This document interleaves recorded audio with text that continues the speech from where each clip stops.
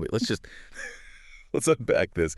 We are diving deep into one of the uh, latest debates out there right now in local digital marketing. WordPress versus HighLevel for SEO. Right.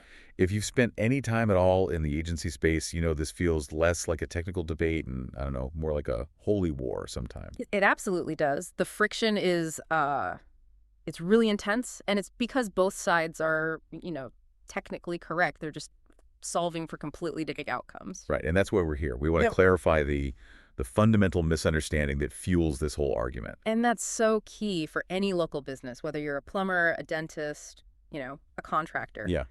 The goal isn't really ranking a website on page 3 of Google nationally. No. The real goal, the one that actually makes the phone ring, is getting that spot in the Google Maps pack for searches like AC repair near me. That distinction is it's critical. And it's why so much energy is completely wasted debating website features. If you're a local business, that little block of 3 results at the top, that's the whole battleground. So our mission today is to get past all the tech specs and really dig into the philosophical clash here.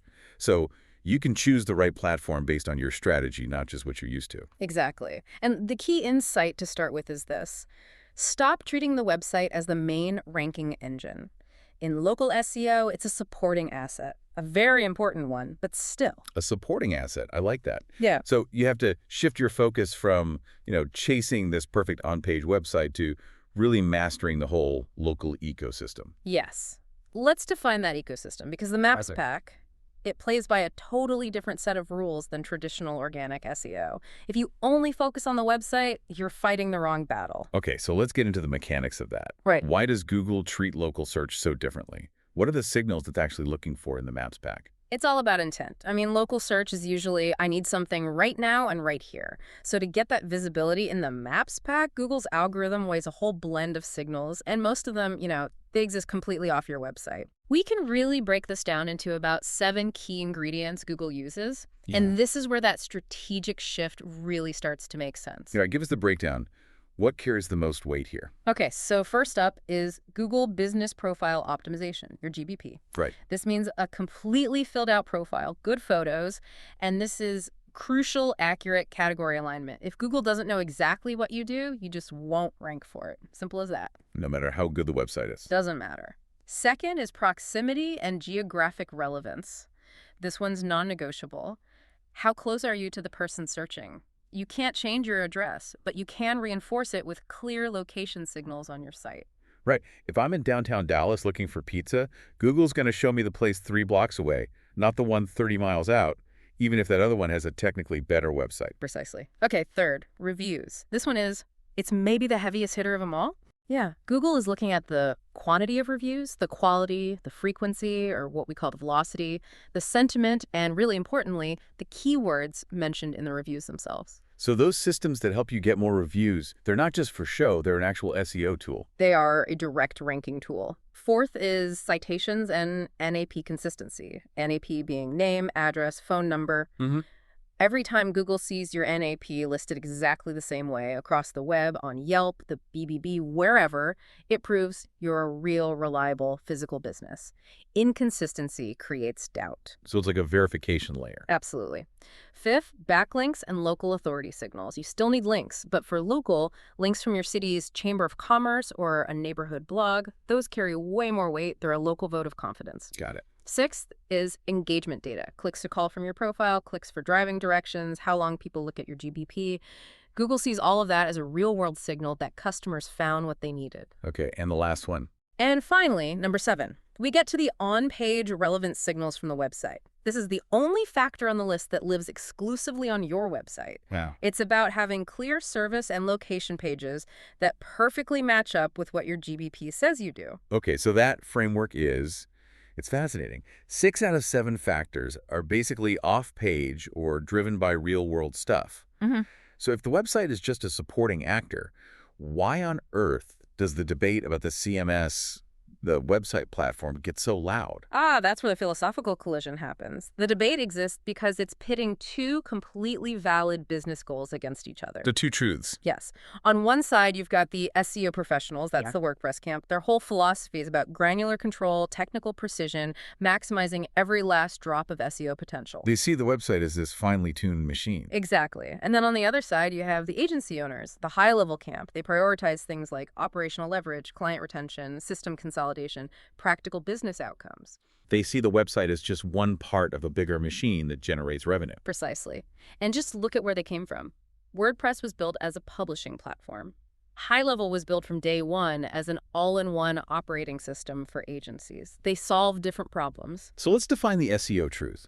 In a vacuum, why does WordPress win on the technical side? The SEO truth is that WordPress just offers deeper control, cleaner code, and this incredibly mature plugin ecosystem. It just wins on what I call ranking efficiency. Ranking efficiency, meaning how fast and easy it is to do advanced SEO tasks. Exactly, getting things done quickly and precisely. Okay, so now the business truth.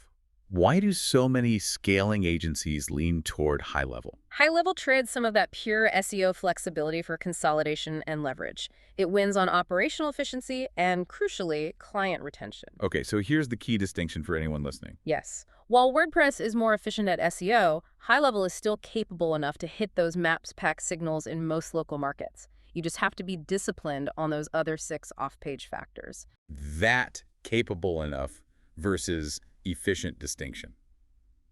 That's the whole bowl game. Let's dive deeper into what that control in the WordPress camp really looks like. What are the specific advantages? Well, it starts with the plugin ecosystem. It's a massive force multiplier. These aren't just little add-ons, they compress time.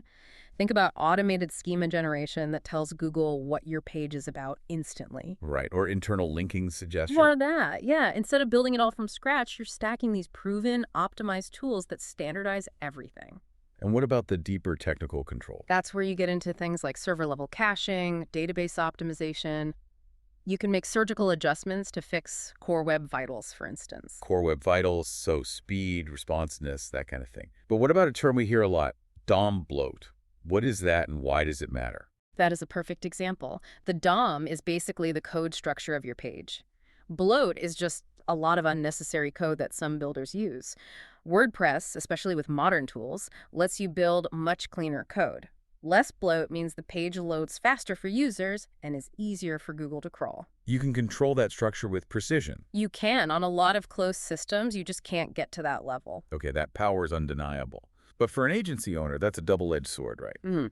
Where do the hidden costs start to show up? The operational costs are huge. First, just security and maintenance. I mean, WordPress is the most popular CMS, so it's also the most targeted. All the updates, the patches, the monitoring. You basically become a part-time sysadmin, and that just eats into your margins. For sure. And what about client retention? That's the second thing. Platform commoditization. If a client site is built on common open source tools, it's easy for them to take it and go to a cheaper freelancer.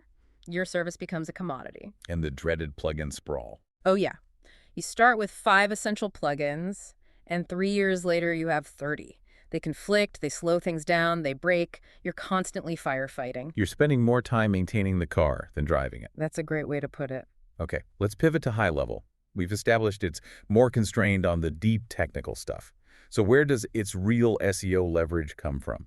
HighLevel strength isn't its website builder. It's the native control it has over those crucial off-page local signals we talked about earlier. It puts the biggest levers for the maps pack right inside the platform. It does. Take GBP management. You can schedule and publish consistent posts to your Google business profile right from HighLevel.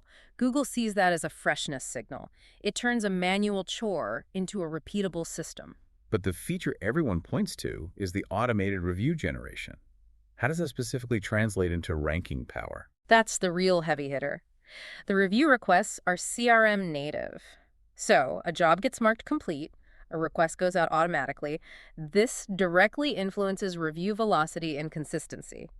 And you get more keyword-rich content in your reviews. So you're literally engineering one of those 7 pillars of local SEO. You are actively engineering it, and this all leads to consolidation and stickiness. You don't need a separate CRM, a separate email tool, a separate call tracker. It's all in one place. The website becomes tied to the whole revenue system. And that makes it much, much harder for a client to leave. You're no longer just the website guy. You're a critical part of their business operations. Okay, let me play devil's advocate.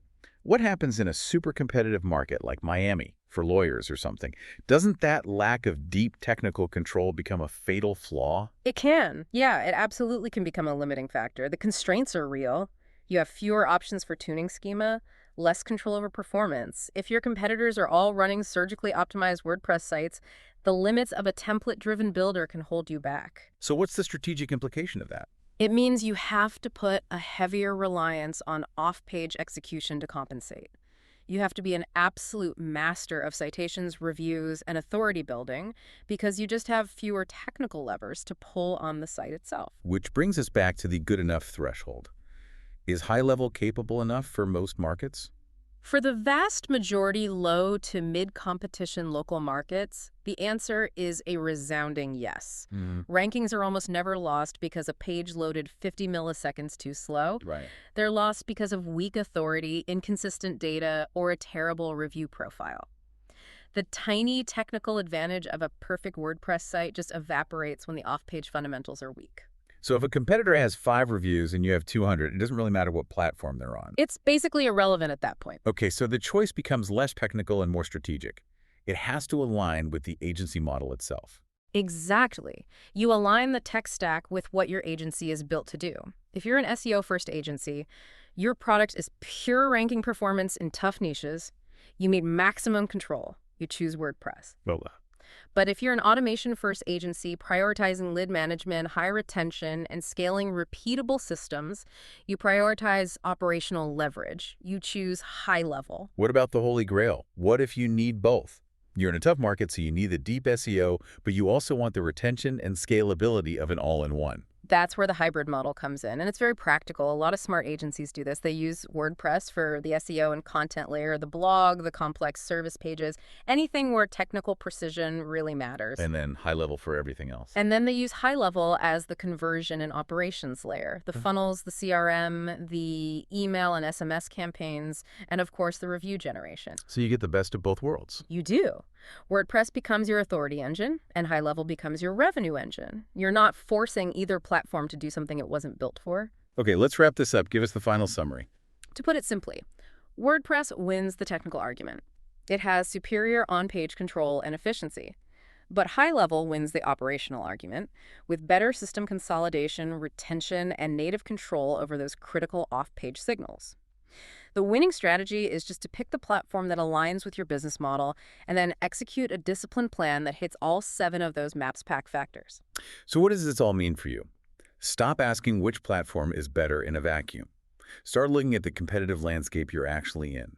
If rankings are won by executing across that whole local ecosystem, not just fiddling with on-page tweaks, then your edge comes from mastering the parts of that equation your platform handles best. The crucial question isn't, can I rank with this? It's, am I optimizing for technical perfection, or am I optimizing for scalable, repeatable, revenue-generating results?